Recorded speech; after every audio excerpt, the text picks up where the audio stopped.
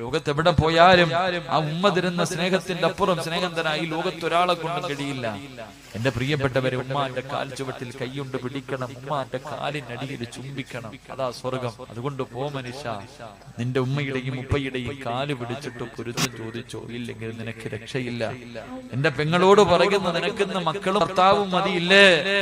ഒറ്റ തള്ളയെ മറന്നില്ലേടി, നീ നൊന്ത് പ്രസവിച്ചവളല്ലേ, നീ നൊന്ത് പ്രസവിച്ചവളാ, മറക്കരുത്.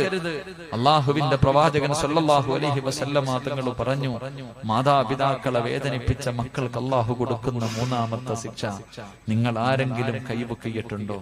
നിങ്ങളുടെ ഉമ്മാനെ തല്ലാൻ, നിങ്ങളുടെ വാപ്പയെ തല്ലാൻ നീ കൈവക്കിയിട്ടുണ്ടോ? നീ ചീത്ത വിളിച്ചിട്ടുണ്ടോ?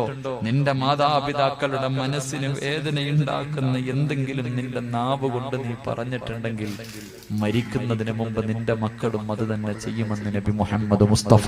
ലോകത്ത് എവിടെ പോയാലും ആ ഉമ്മ തരുന്ന സ്നേഹത്തിന്റെ അപ്പുറം സ്നേഹം തരാൻ ഈ ലോകത്ത് ഒരാളെ കൊണ്ടും കഴിയില്ല.